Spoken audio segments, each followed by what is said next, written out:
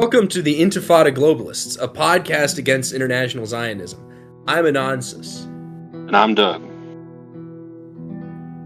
Now the house was full of men and women, and all the lords of the Philistines were there. And there were upon the roof about 3,000 men and women that beheld while Samson made sport.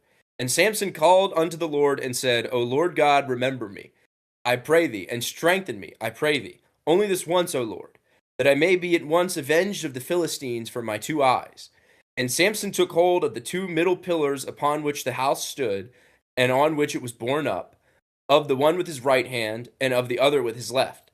And Samson said, Let me die with the Philistines. And he bowed himself with all his might, and the house fell upon the lords, and upon all the people that were therein, so that the dead which he slew at his death were more than they which he slew in his life.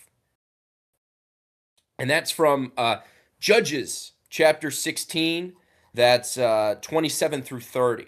So the story of Samson, in case you're totally unaware, listeners, is Samson is, this great warrior, and the book of Judges in the Bible is full of these sort of great Israelite warriors and sort of military leaders, and he's eventually tricked and captured, and as sort of he loses his strength, and as sort of a final act, he destroys the building he's in, where he's being sort of displayed as like a captive, and kills everyone inside. Now that's a story that has resonated deeply with the Israeli people. And it's a story that sort of the most fanatical Zionists feel a real sort of affiliation towards. They really see themselves in the figure of Samson.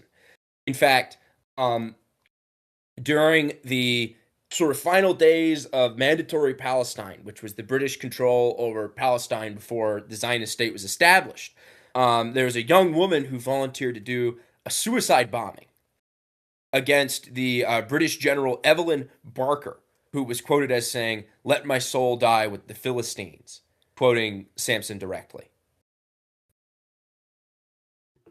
Yes, and even more specifically in Judges, if you look at the beginning of chapter 16, it's the Gazites, that specific group of Philistines, those of Gaza, who he's opposing here. That carries with it a great resonance in Jewish culture in particular. Gaza being one of the great cities of Philistia. Philistia, the Philistines. This is the origin of the ancient name Palestine. And they're a principal enemy of the Israelites / Judahites in the Jewish scripture. Correct. And so, drawing on these sort of ancient parallels, today we have in Israel where Samson is, a name that carries great significance, particularly if you've heard of something called the Samson option. Now, we're going to get into the history of the Samson option, the mentality behind it, and what it probably means, because it's important to remember that the Samson option is not something that the Israeli government will explicitly state, right? It's not something that if you were to ask Netanyahu, hey, Netanyahu, what's the Samson option? He would give you a quick definition, right? But the Samson option, as most people understand it, it can best be described as a kind of nuclear blackmail program where Israel uses its nuclear weapons, which are themselves a fascinating rabbit hole, and threatens to nuke a number of its neighbors and possibly countries outside of the Middle East as well, particularly in Europe, if it were to ever face, a real existential crisis. In other words, Israel's sort of final line of defense, if they're ever overwhelmed, is, they say, listen, if you beat us, we're going to nuke Mecca, Medina, Tehran, we're going to nuke Lebanon, we're going to nuke every major city around us. Because like Samson, if you take us down, we're going to take everyone down with us. And, well, we'll get into some of the implications of this later. But would you say that's a decent sort of overview of what the Samson option is supposed to be, Doug? Yeah, the ambiguous nuclear suicide bombing doctrine of a state which ambiguously possesses nuclear weapons. as part of their strategy of nuclear ambiguity. So I guess to start us off, before we get into the this sort of a very very broad strokes overview of the Israeli nuclear program and how it got the capacity that it may or may not have. I mean, it does have, but that it may or may not have. Right? Um, you had mentioned before this, and I thought it was a really really useful parallel and a really really useful way to understand this topic. The Stern Gang, right, otherwise known as the Leahy, who were probably the most fanatical of the Zionists in the 1930s and 1940s, right? Yeah, they introduced the concept of suicide bombing in the modern era, excluding ancient Jewish practices related to it.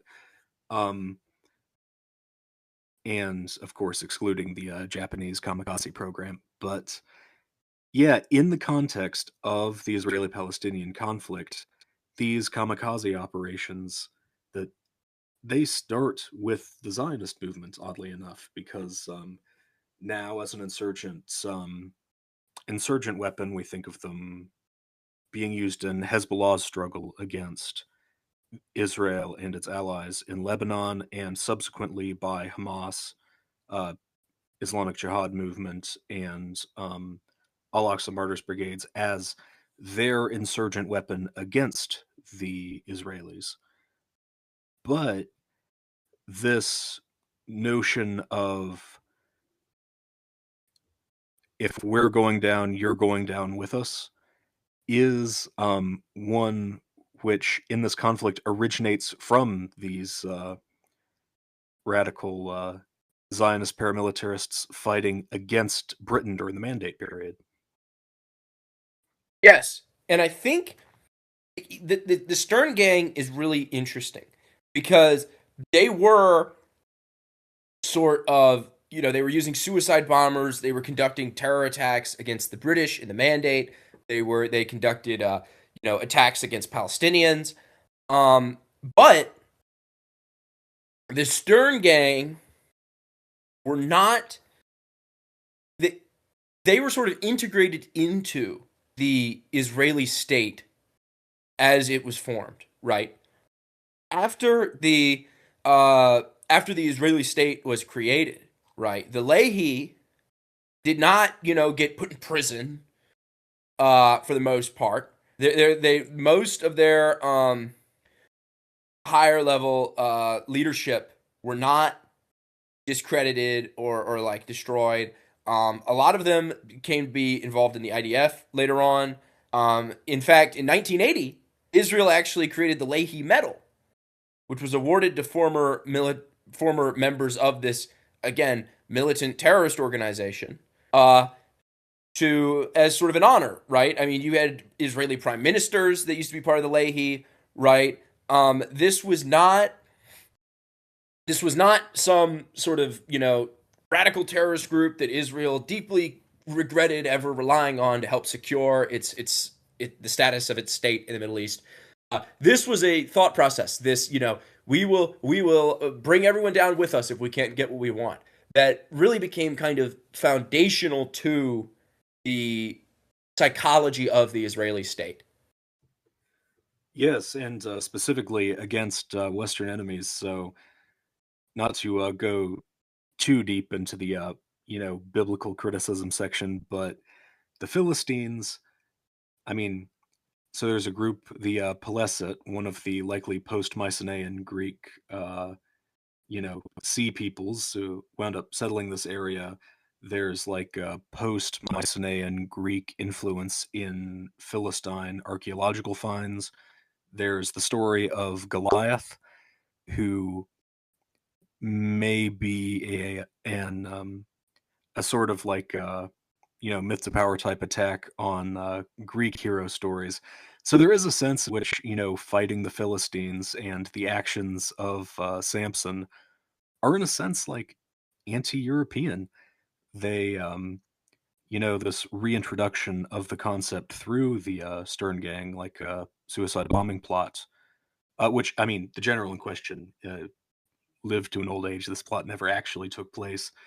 But yeah, this is something which they were planning on using against a Western power, and it's their current Samson option with nuclear weapons is one which may or may not be one they're planning to deploy against the Western capitals and the great cities of Europe.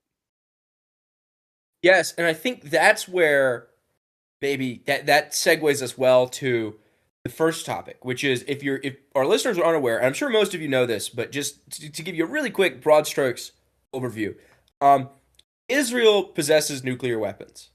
They do not admit to possessing these nuclear weapons. They also won't really deny it. It's an interesting policy, nuclear ambiguity. They're the only one of the 9 nuclear armed nations that uses this policy, right? Most of every other country that has nuclear weapons says they have nuclear weapons, right? And you can broadly sort of split these countries into a further set of 2 categories, right? Most of the nuclear powers, right, which would be United States, Russia, those are the top 2. Then China, you've got India, Pakistan, the UK, France. They have all, for the most part, signed on to the same international like treaties. They Oh, they so they are. Go ahead. Sorry. the yeah the recognized nuclear powers under the Non-Proliferation Treaty happen to also be the UN Security Council members. It's USA, Russia, formerly the USSR, but the Russian Federation took on both roles after 1991. Uh, People's Republic of China, again formerly Republic of China, uh, Britain, France, those 5. Additionally, India and Pakistan have less. Well, they're non-signatories, but people are relatively chill about the fact that they have nuclear weapons. The other ones, North Korea admits to having them, but faces a tremendous amount of international sanctions for doing so.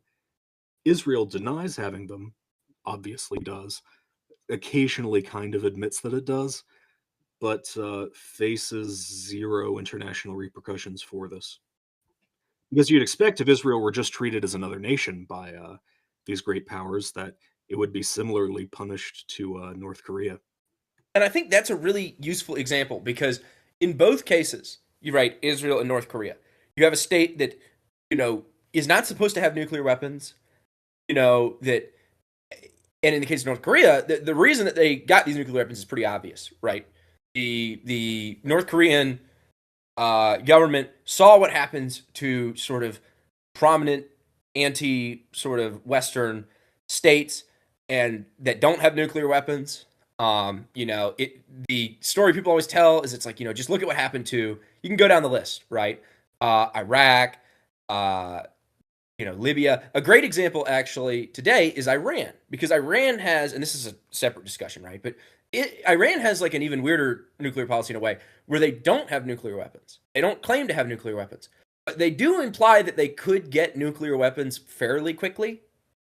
But Israel, and this is because everybody knows that once you have nuclear weapons, countries are a lot less willing to attack you, right? Nuclear weapons, in a lot of ways, can be seen as kind of the last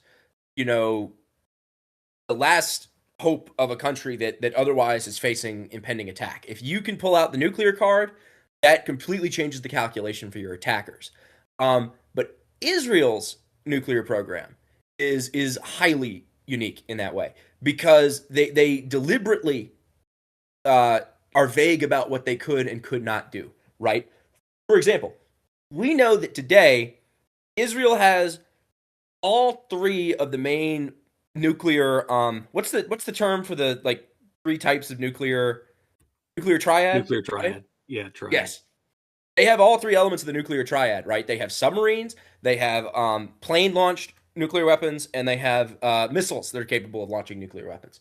But they don't say necessarily that they're using any of those for nuclear weapons. They're like, oh, we've developed these missiles and these submarines we've got can fire missiles. Who knows? Who knows what could be on those missiles? The quote that Israel always uses is they say, we're not going to be the first weapon. We're not going to be the first country to introduce nuclear weapons into the Middle East. But That is a very vague quote, and that is just not true because they're the only country in the Middle East that possesses nuclear weapons. So how did this come to be, right? How did a state that was founded in 1948 develop nuclear weapons before a lot of other countries managed to? Well, I mean, if you're looking for a culprit of, if you're looking for collaborators, France bears more responsibility than many. The French government. So it's interesting. We often think of de Gaulle era France as being rather distinct from the rest of the Western Bloc in terms of its foreign policy. So, for example, they left NATO. France did not rejoin NATO until 2009, and it had a whole mess of different alliances, which the rest of the Western Bloc did not participate. And however, one way in which it diverged from Washington specifically was getting in on the Zionism train early and being heavy adopters earlier. So, for example, during the Suez Crisis, uh, France and Britain back an Israeli invasion of Egypt, including at that time the Gaza Strip, was still under the All Palestine government, I believe, unless I'm getting the dates wrong, which was backed by Egypt. The military there was the Egyptian military. The U.S. and USSR both opposed this Israeli invasion. Uh, so France, despite like having other interests in Lebanon, which sometimes cause it to conflict with Israel in certain ways, causes them to align with Israel and Lebanon in other ways. They were in the pre-67 era probably more pro-Israel than the U.S. was, Yes, and it's and also notable. way less responsible with sharing nuclear technology. Yes, and that's this could be a whole, not for this podcast, but this is a whole quick aside I'll give, which is first of all that to this day, if you want to get quote unquote Western weapons and America and the UK won't sell to you, France usually will. France to this day is a lot less strict about who they will work with, or they're less. I don't know how you would describe it. They're not as ideological, right? If you have a military and you want to equip it with American weapons, generally you have to be on America's good side. France doesn't really care necessarily if you're on America's good side, or at least to a lesser extent, right? They're not going to sell, missiles to Russia or anything, but they're a little more neutral in this way. But yeah, there was a Yeah, real actually, there's a period. funny tangent there where France is probably diverging from the U.S. and being more hostile to Russia now. Yes, it's kind of gone in the opposite direction. But it's interesting with France because it is important to know that in the Cold War, right, just as the USSR started out as pro-Zionist and then pretty quickly became anti-Zionist, America was never anti-Israel, but America was a lot more willing to try to restrain Israel, right? The current situation where America is Israel's sort of unflinching ally that backs it at the UN, that joins its wars, right? Every time. This was not always the case, right? There was a period where the American government would make some effort to restrain Israel, and particularly with nuclear weapons. The American government was not initially in favor of Israel possessing nuclear weapons, right? There was a very real concern that Israel would, I don't know, maybe become a kind of rogue nuclear state and that they might be more loose with their use of these weapons, or at least the threat of these weapons, than other countries were, right? Yeah, and I mean, this is even a concern you see among American Jews. Like this, like extremely Zionist Jewish American establishment is also something that's developed over time. Like pre 67, a lot of American Jews just sort of viewed the Zionist project still, like in the 48 to 67 period, just as like a quixotic LARP. Um, So you sort of have to periodize like June 1967 and the Israel's successful invasion of the UAR in Jordan, and then most recently their guy Donald Trump becoming U.S. president. There's sort of like leaps in the increasing Zionization of U.S. foreign policy, but June '67 is another important point we have to get to in the history of the Israeli nuclear weapons program. So 1967 really is essential to understanding this timeline because at that point, Israel had pretty, according to pretty wide understanding, especially today, gained the capacity to build nuclear weapons. And that was the first time that we saw what you could consider the Samson option sort of carried out, right? That was the first that Israel, at least through certain channels, threatened to potentially use nuclear weapons, correct? Yeah, yeah. Some people are going to be mad at us that we skipped from the Suez Crisis to '67 without doing a 3-hour special on the JFK assassination and Kennedy's opposition to the Israeli nuclear weapons program, but that's another podcast. Yeah. Well, I will quickly say for listeners that are curious about that reference, um, there is a lot of speculation that JFK was there are certain circles that would tell you that JFK was assassinated because he was kind of the last American president, besides, I guess, Jimmy Carter to some extent, that really seemed to be concerned about Israel using nuclear weapons.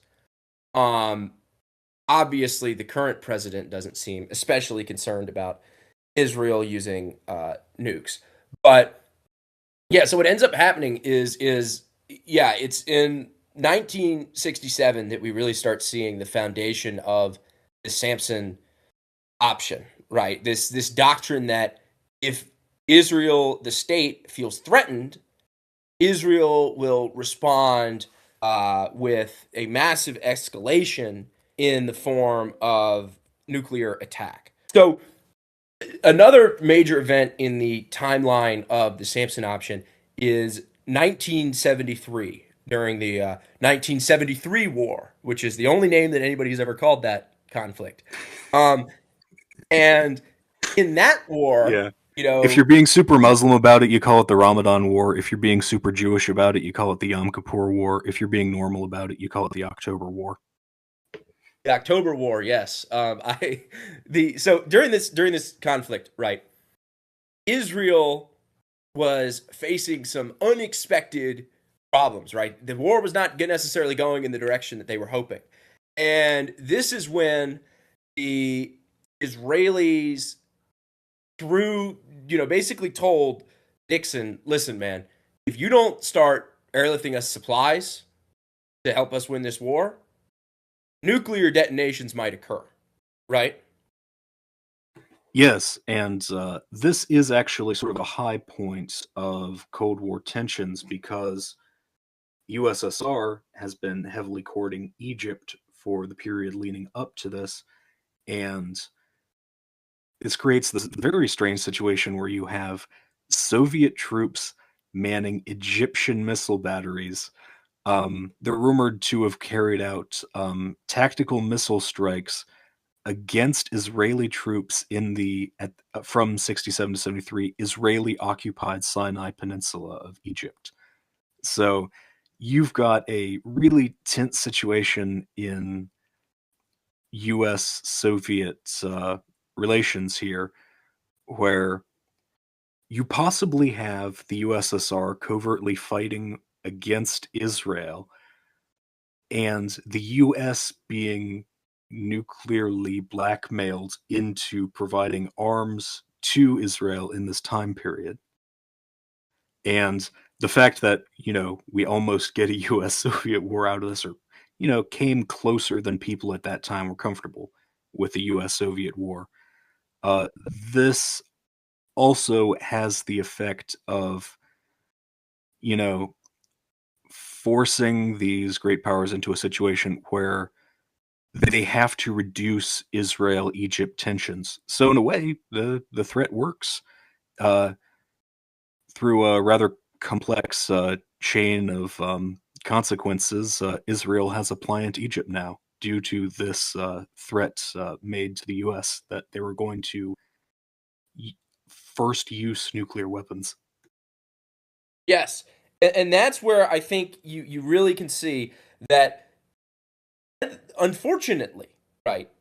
I would say, extremely unfortunately, um, the Israeli policy of nuclear blackmail is actually rather effective, because the problem is that he, outside of Israel, wants Israel to conduct nuclear strikes on its neighbors, right? And especially, nobody wants Israel to potentially include non belligerent or even non Middle Eastern countries in these strikes, right? And this is where I think you really get to the crux of the issue with the Samson option. This is an entirely unique to Israel sort of concept, right? Every single other nuclear power in the world understands, even at the height of Cold War hysteria, right?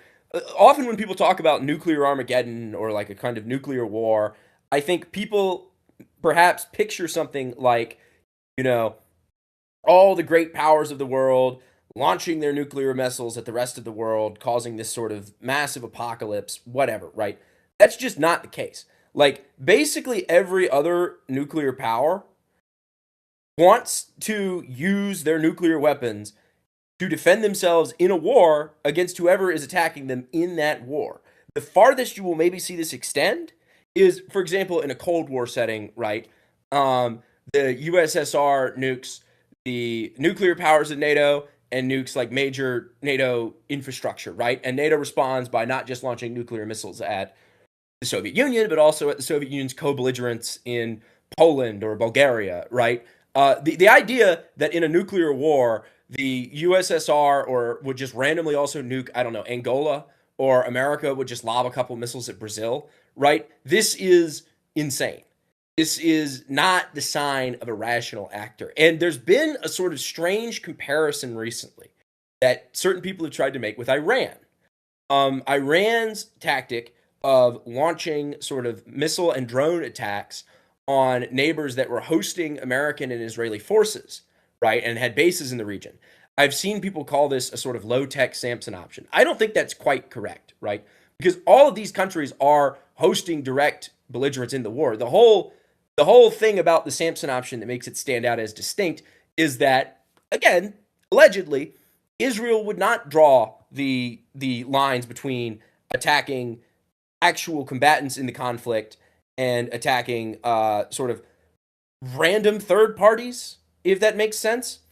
Um, in fact, it's actually pretty core to the strategy that the attacks could include third parties, because Israel wants to basically create a situation where the stakes are are simple.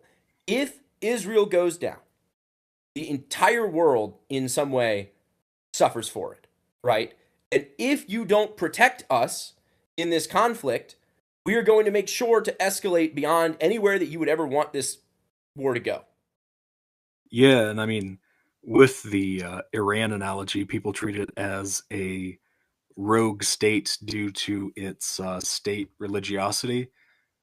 When we're contrasting it with a country that uses its holy scriptures and religious heroes as the justification for a nuclear kamikaze policy, like there's a view in among a lot of Westerners that Israel is this like liberal modern state because there's rainbow flags, bikini clad women everywhere, not as many as there used to be. But once you watch Israel for a while, you realize it's actually a pretty backwards Jewish theocracy. Like, I'm reminded of the Chabad guy, Manas Friedman, complaining about like Israelis who still feel held back by their Western morality and don't understand the biblically Jewish way of war, where women and children and cattle, that sort of helps tell you the time period when these religious doctrines were developed, that those all must be wiped out as well. Yes, yes, and I think that without understanding Israel as a state, guided by, to a very large extent, these sorts of this very real religious fanaticism that if Israel falls, there is no hope. Like that is the end for the Jewish people, and by extension, that should be the end of the world, right? Um, I mean, it is a very apocalyptic approach to politics, far more so than you see really in any other country around today, right?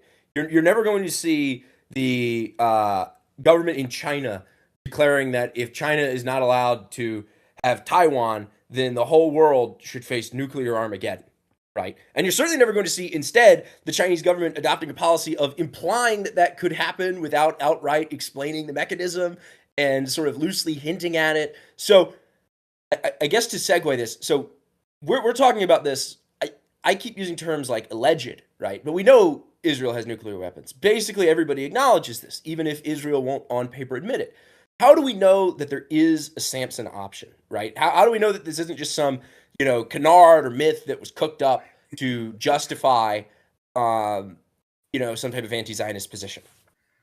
Yeah, well, I mean, first of all, statements by former U.S. politicians, but most importantly for us, I think, uh, Mordecai Vanunu, the Israeli former nuclear engineer, who brought this to the world's attention, and who faced a very lengthy stay in Israeli prison after his abduction for this revelation to the world.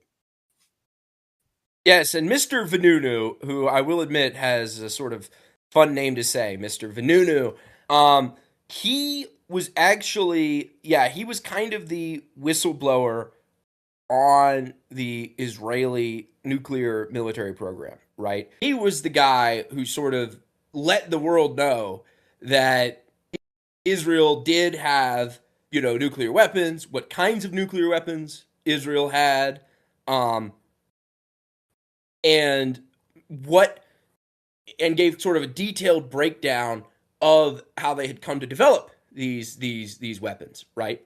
Without him, I wonder if we would know, at least publicly, right, a lot of this stuff. I have no doubt that, you know, intelligence services were aware of a lot of this, but would the public be aware of this? I personally would question that. Would you agree? Yeah, I mean, it may very well have been the extra point to the IHRA definition of anti-Semitism, claiming that Israel has nuclear weapons. But no, Dr. Vanunu's revelations unfortunately came through the Sunday Mirror, which was at the time owned a British tabloid owned by a Robert Maxwell. And if the last name Maxwell stands out to you, he is indeed the father of Ghislaine Maxwell. Later died in suspicious circumstances on his yacht called the Ghislaine. So we've got a multi generational Mossad family who repeatedly shows up in our episodes. But anyway, Maxwell appears to have aided in the kidnapping of Vanunu, leading to his uh, prosecution and lengthy prison stay in Israel for his whistleblowing. Interesting, interesting. First of all, yeah, I mean, it seems like the Maxwell family has a lot to do with Israel's efforts internationally and at home. That's kind of odd, right? I would have had no idea. But more importantly, right? So through Vanunu, we have an inside source confirming a lot of at least the broad strokes details of Israel having the very particular capabilities to use various nuclear weapons, Israel having the programs, Israel having smuggled in the materials for these nuclear weapons. And I would argue through his through the consequences that he faced, we've got a decent look at how Israel feels about people knowing about their nuclear program, right? It certainly seems like the Israelis aren't too happy about the rest of the world knowing the particulars. Um, can't help but wonder, right? Why then, if you are a nuclear power, would it be important to keep that somewhat under wraps? Because surely you would want to adopt the approach of North Korea, right? And just sort of say openly, we have nuclear weapons. If you attack us, we might use them. So don't attack us, right? What benefit would there be to the point that you're engaging in sort of kidnapping and espionage and all this secrecy? Why is it that every Israeli government official, every Israeli military officer, every Israeli politician has to dance around on, walk on eggshells, dance around the topic, use these sort of vague threats and implications? Why don't they just come out and state it, right? It doesn't seem like, I mean, could it be because of sanctions, or are there other maybe benefits to having this kind of policy? Yeah, I mean, there seems to have been a secret agreement between Golda Meir and Richard Nixon in '69 that the U.S. would not interfere in Israel's nuclear ambitions. So, I mean, this is post-June war, so, I mean, Israel's sort of riding high at this point. That the agreement in '69 appears to have been, if you guys don't tell anyone, we'll be cool with it. I mean, I've probably said this every single episode, but when you deal with Israel, you're really dealing with a strange state. You are dealing with a country that acts in a way that no other country on the planet does. Um, it's pretty rare that you have a country that possesses literal nuclear weapons and keeps this, as a little secret, as a little fun thing that that their allies know about that other people don't. Um, but personally, I guess I can't help but wonder. Um, if Israel does have these nuclear weapons, right? And if Israel does threaten to use them against its neighbors, that's one thing. But then where does this idea that Israel would potentially nuke, European capitals come into the equation? From several Israeli and Jewish American politically engaged authors uh, constantly hinting that they would. And that's where I think you can get into some of the really, really strange quotes, right? There's a really interesting quote from an Israeli military historian, Martin Levy van Creveld, who was quoted saying, "We possess several hundred atomic warheads and rockets, and can launch them at targets in all directions, perhaps even at Rome. Most European capitals are targets for our Air Force. Let me quote General Moshe Dayan: Israel must be like a mad dog, too dangerous to bother. I consider it all hopeless at this point. We shall have to try to prevent things from coming to that, if at all possible. Our armed forces, however, are not the 30th strongest in the world, but rather the second or third.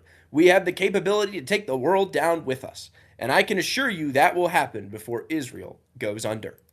Now, I mean, that's quite the quote. Interesting choice of Rome. They're still mad about AD 70. Yeah, that's sort of strange, isn't it? I mean, why? What possible benefit to the Israeli state could there be to nuking Rome, right?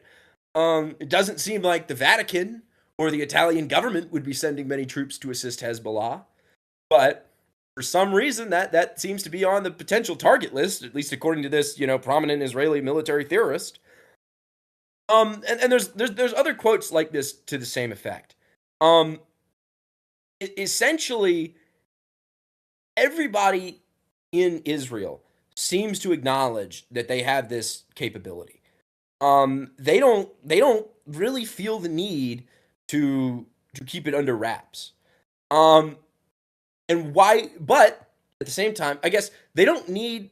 Their government feels the need, but there are plenty of prominent Israelis and Jewish authors, Zionists, who will talk about this because it adds to their strategy. Like something you have to understand about the state of Israel is when it is getting Western countries to assist it in various conflicts. On one hand, yes, they have, the Zionist movements, the Zionist lobby. This is very powerful, right? They have, Jewish civic groups in various countries that are involved in politics. All of this is the case, right? But what is also true is that sort of underneath that strategy, you've got this additional layer of if you don't help us, there could be consequences, not just for our neighbors, but maybe even for you, right? Nuclear blackmail. It's sort of almost taking the this might be an interesting analogy, but it's almost a kind of Epstein approach to nuclear warfare, right? If you don't back us up in this war, we might not just nuke our neighbors and cause terror that way, but we might hit you too. And this is state policy over there. This is something that they're not particularly um, subtle about. And so, if you ever wonder, and it's a very real possibility, and it's something that Western governments are forced to consider, right? If we stop backing Israel, what will they try to do to us? This is really a major problem, right? And while I don't think that means that you should support the Zionist state at all, I think it does help to illustrate one of the many ways that Israel is able to make so many politicians outside of Israel act so cagey about the topic. Yeah, you've got Samson's mikveh option with Epstein and Maxwell's work. You've got the Samson option, whose uh, revelation was punished by the elder Maxwell. It's a method of hard power. It isn't just like Ben Gurion was a really talented speaker who managed to get everyone to go along with him. No, there's systems of actual power in place which keep Israel in such a high position among its foreign backers, supporters in the sense of those upon whom Israel walks. Yes, yes. Um, it's on one hand, when you're dealing with Israel, you're dealing with a great deal of propaganda and very powerful propaganda. On the other hand, you're dealing with a very real kind of grounded, almost gangster blackmail scheme where it's if you don't go along with us, listen, we might, who knows what'll happen to your kneecaps, right? This is just sort of like kind of instrumental to how they want to conduct themselves at any given moment because Israel knows that if they are put in a position where people are allowed to sort of openly and easily talk about the problems they have with Israel, if this kind of topic is able to get out of the fringe and into the mainstream, well, Israel hardly conducts itself in a way that would be sympathetic to most people, right? If you take out the propaganda angle, if you take out the Zionist lobby, just and look at it purely in terms of the cost benefit analysis, it doesn't seem like the juice is worth the squeeze. A rational government would say, is it worth giving billions of dollars to this country that most of the world dislikes, that seems to constantly drag us into major conflicts? Probably not, right? Probably there are better options on the table that would be a lot simpler, that wouldn't involve having to basically hamstring our own foreign policy and keep us kind of limit who we're able to work with. You know, it would certainly seem that maybe we would instead go for an ally that's I don't know a little more popular around the world that doesn't lead to negative relations with a lot of the world's largest oil producers. That doesn't force us to constantly engage in military adventures in the Middle East. Um, but if you can't win through ideology, and I think this has been kind of a recurring theme in our episodes, right? If you can't win through propaganda, if you can't win through ideology, you can always go back to good old fashioned thuggery, right? You can always retreat to just sort of violence and explicit kind of blackmail and get your way, get through that way. You know, if you can't stop the students protesting by calling them anti-Semites, the next best option is you arrest them, you dox them, right? You deport them. And in the case of Israel's stance in the Middle East, it's if you can't get them to join the war by talking about how we're the great ally, right? We're the pro gay nation, or we're brothers of the Abrahamic faith. We are. If you can't get people that way, you've always got the backup plan, which is if you don't help us, we'll nuke you. Yeah, Supermob by Gus Russo and Gangsters versus Nazis by Michael Benson. I think you described it, I think, as gangsterism, Israeli policy here. This is just kind of worth checking those out to see some of the history of how these tactics, these strategies have been used within the U.S. This transition from soft power to hard power, from maintaining delicately tuned pro-Israel institutions to smashing them up for immediate short-term gain. It is important to recognize that this demonstrates an insecure state, an insecure international political system. Uh, Ones which are healthy and which are actually, comfortably running the world don't act like this. If your Jewish identity politics in the US are going well, you don't need to ruin Columbia University. If your Israeli hegemony over the Middle East is going well, you don't need to be eating Iranian missiles in your biggest cities all the time. Uh, all of Israel's behavior really screams state in jeopardy. At least that's how Israeli leadership and their Zionist allies abroad view the current situation.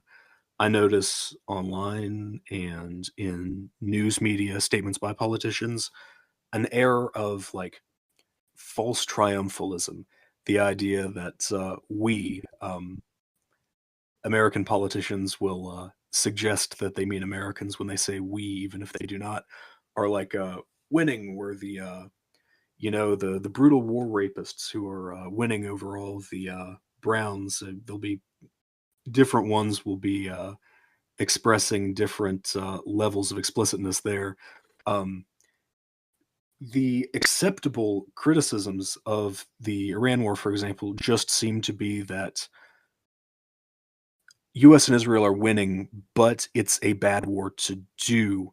The fact that uh, the the APAC Fury Coalition don't seem to be winning, it seems to be the really taboo point to make.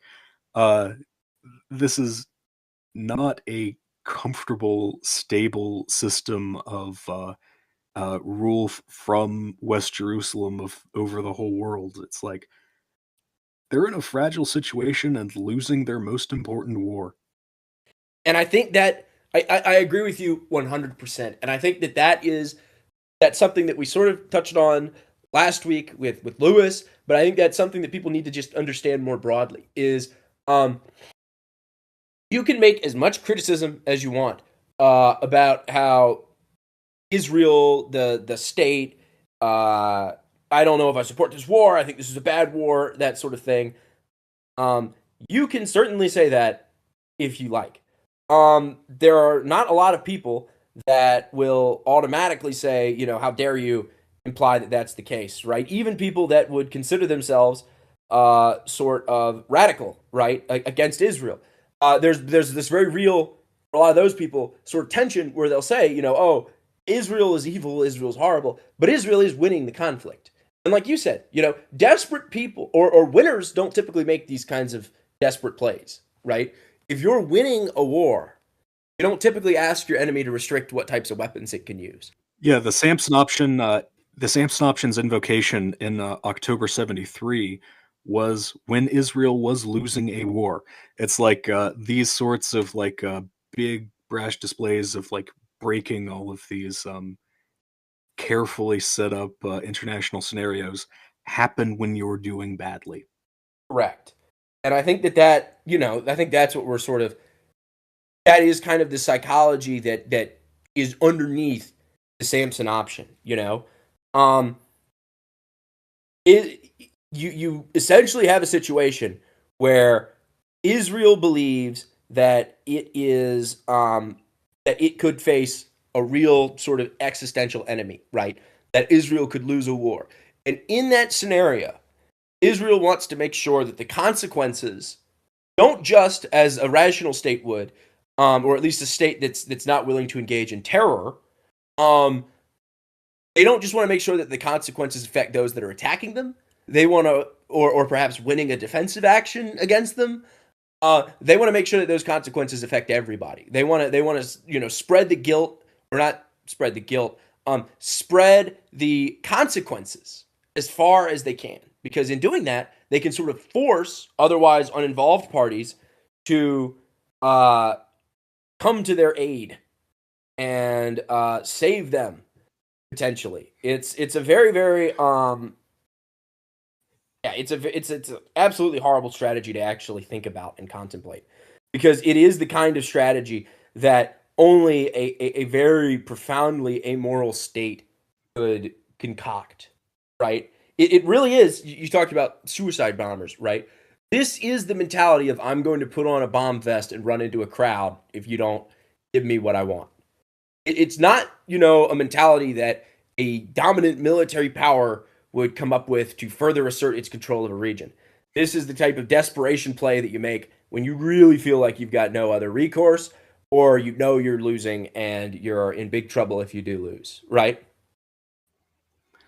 Yeah, sorry to backtrack a little bit, but I was just thinking this notion that Israel must be winning. Like, obviously, there's a sort of attempt to keep Tinkerbell alive by just believing, but also it's like, I think in big chunks of the American right, there's a sort of like internalized Jewish supremacist idea or something. It's like, from the people who will just assume that, well, IDF has won the Gaza war, right? Or, you know, well, they must have won the Lebanon war. Oh, wait, there's rockets coming from there now. These ideas seem to go with, for example, people who claim that Operation Al Aqsa Flood on October 7th, 23. Uh, well, Netanyahu must have let it happen. There's no way Jews could have been outsmarted like that. I really think that this like falling for Israeli triumphalism and boasting displays like a sort of deeper ideological error. Yes, yes, yes. You I think that you really, yeah, that's a really, really interesting topic, because that's something that I run into a lot. Is you have guys who will, on paper, say, I am anti-Israel, I am anti-Zionist, I think that this stuff is evil, I think that it's wrong, but at the same time, they seem to believe that Israel is unstoppable. That, even if Zionism is wrong and Zionism is a problem, it's not something that you can do anything about, right? It is a very real kind of learned helplessness in a way, where people just say, and I agree with you, it is a kind of internalized Jewish supremacy to make the argument that, oh well, my opponent is just so strong, just so mighty, just so unstoppable, that there is nothing that I can ever do to win against him, right? Yeah, and it also sort of goes with the idea that if I please him enough, he might do good things for me. Yes, yes, Which, I mean, that never works. Preemptively surrendering and showing how loyal you are to someone. In like cases of like politically irreconcilable national aims, that doesn't usually work. yes. Believe it or not, folks. This is the Anonymous and Doug negotiation tip, right? If you want someone to give you something, giving them everything they want first, and then hoping that, I guess, through charity they'll return the favor, is not usually a great strategy, right? If you want, if you're engaging in some type of deal, and you're saying, hey man, if I give you X, you'll give me Y, right?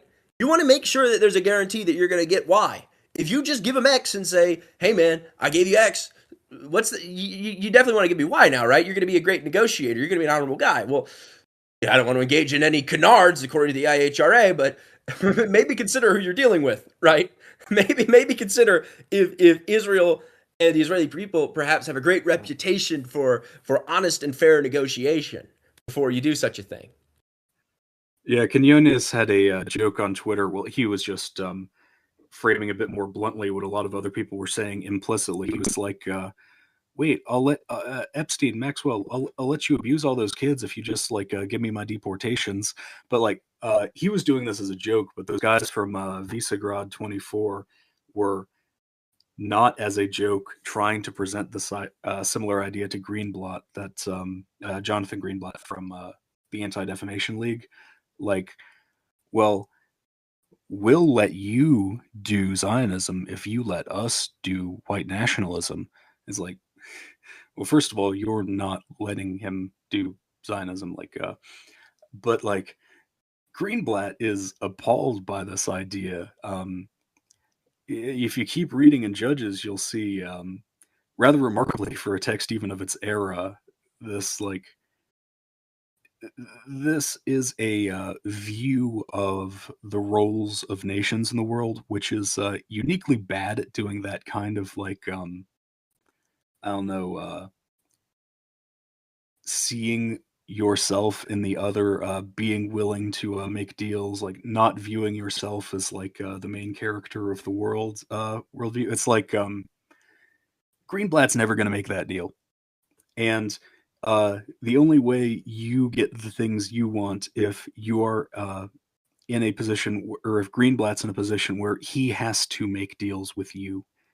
You can't just preemptively say, I'm going to cheerlead while you do what you want, and then maybe you'll give me something. Yes, yeah,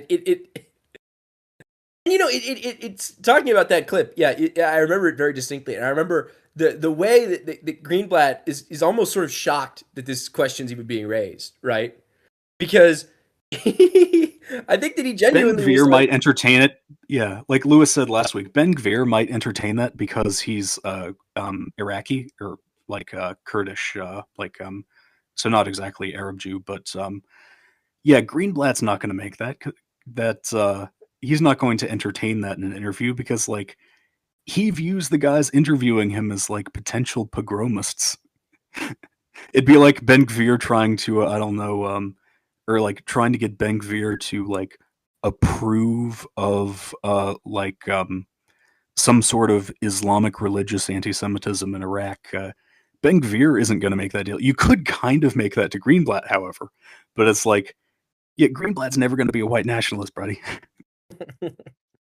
yeah, and I mean the fact that people even try. I mean, it's interesting because it's like, the Samson option is obviously the most apocalyptic and extreme version of this, right? It's certainly the uh, most famous and probably most lethal example of this sort of ideology of if we don't get what we want, we're gonna punish you through sort of gangster tactics, and then through that, right, we are not negotiating in good faith. We are not negotiating with you as an equal. We are demanding something from you, and you will give it to us, or there'll be consequences, right? And it would be a bit like finding out about the Samson option and then going, you're the president of America or whatever, the Samson option, you now know that this is something that's on the table. And you're like, well, that's bad, but if we just join the war for you anyway, then you'll stop doing the Samson option in the future, right? Because you'll see that you don't need to, because we're willing to join willingly. You're gonna get rid of your nuclear program because we've proven that we'll help you out, and you're gonna be a good faith negotiator, and you're gonna look at that concession that we made, and you're gonna make your own concession. Um, but that's just not something that's even on the table. That's not even a possibility. Yeah, funnily enough, the one example we have in history of a state willingly abandoning its nuclear weapons program, setting aside the post-Soviet examples, those don't count because those other post-Soviet states didn't really control those nuclear weapons. The one example is South Africa. and their nuclear weapons arsenal they dismantled.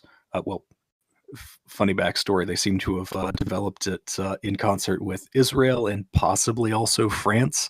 Uh, you could do a whole show on France's or the French government's kind of irresponsibility with military technology. But yeah, so South Africa dismantles it as part of their policy of, okay, we're not doing Afrikaner supremacy anymore. We're going to do multiracialism now.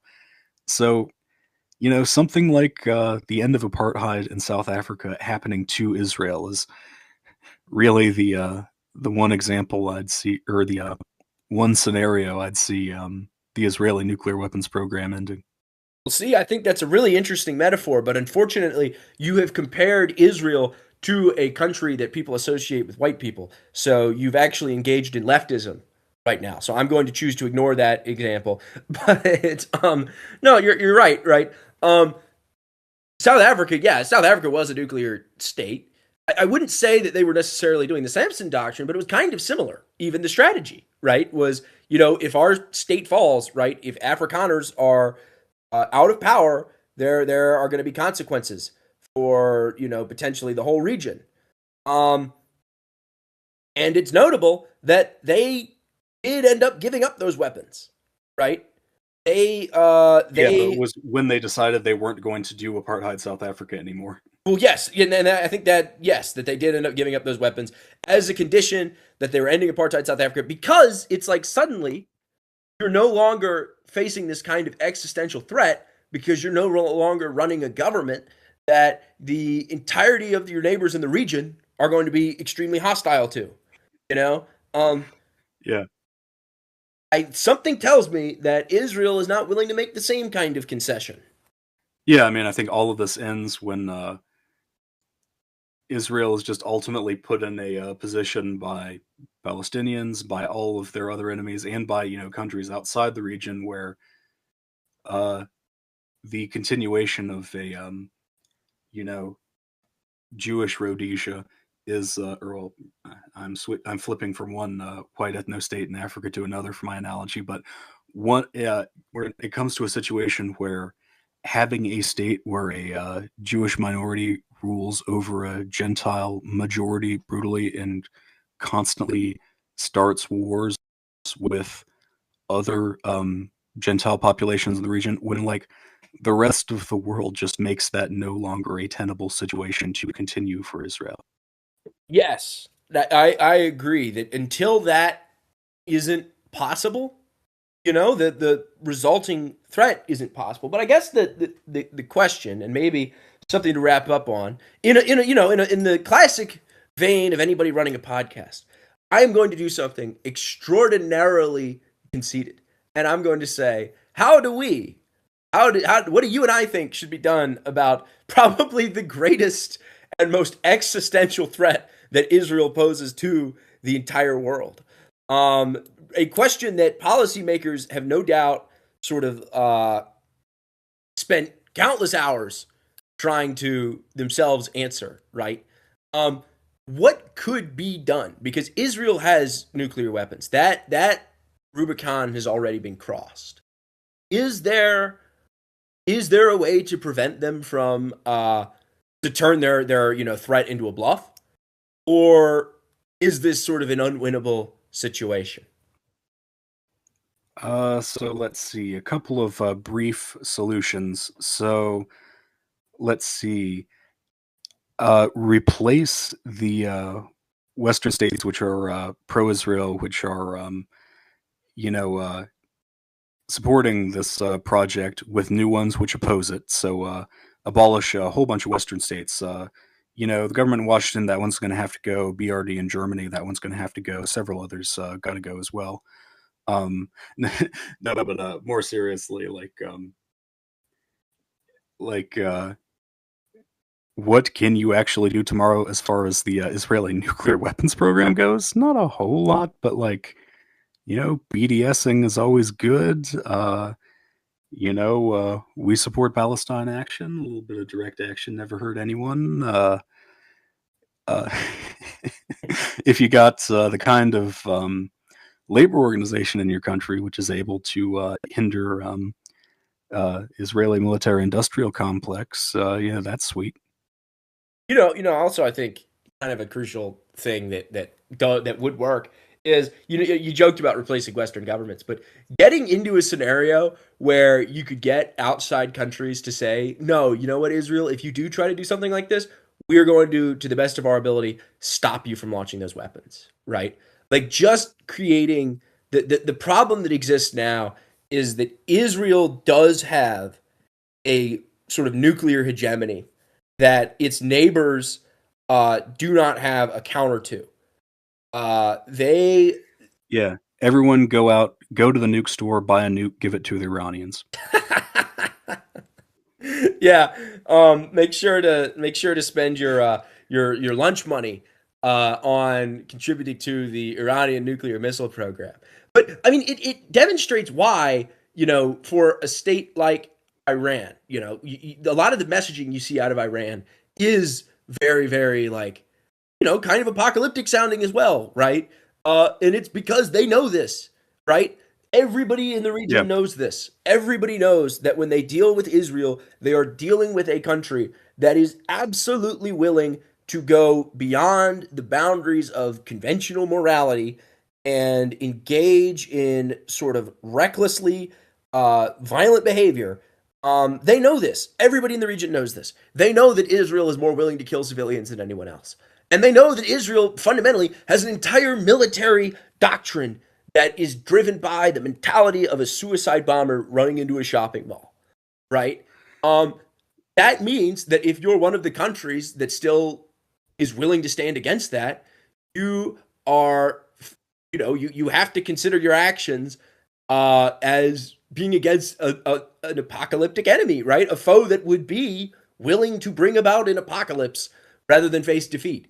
Um, and you respond by thinking about it as if you're entering the apocalypse, right? Like I think that it makes. We talked about this earlier, but it's like for all the talk of the Iranians being, these fanatical religious zealots, right? These psychos. Yeah, one of the real problems with Islamic fanaticism in Iran is that it's hindering them from developing nuclear weapons because they view it as haram. That's such a major point that is important. Is that yeah, the thing is, in Iran, the government, because of their religious views, they're like, we don't want to do the same. We don't want to cause a mass tragedy event or mass casualty event, right? We don't want our state to be guided, in effect, by acts of extreme terror and violence. Um, and unfortunately for them, they are facing a foe that has no such restrictions on itself, right? They are facing a foe that does not engage in a similar kind of I would say, legitimately sort of religious morality, right? They're against an enemy that is fully willing and, unfortunately able to act as this sort of. I mean, again, think about everything everybody's ever said about if Iran were to get nuclear weapons, right? The mad mullahs and the crazy Ayatollah are going to cause nuclear Armageddon because of their religious prophecies. No, their religious prophecies are telling them not to give it nuclear weapons. Um, Israel does not seem to have the same restrictions on its power and its ability. Yeah, but I mean, seriously, to answer a question I kind of answered jokingly earlier, like the third letter of BDS sanctions, like South Africa, its system of apartheid, its nuclear weapons program wound down with international isolation, economic isolation, especially. So, like, the sanctions portion of boycott, divestment, sanctions, that is something which, if spread, will, influence Israeli behavior. I mean, it actually has in the past, like, post 1973 war, there was an Arab League oil embargo on Israel's main foreign backer, uh, which we sort of see echoes of today with Iran closing the Straits of Hormuz and hindering Israel's allies from you know, getting the fossil fuels they'd expect from their client states in the Gulf. I mean, this sort of economic warfare using their weapons against them does seem to be something which has historically influenced the um, various wars of Israel, the behavior of Israel, in a way that you know simply preaching about how it's haram or ungodly or whatever hasn't.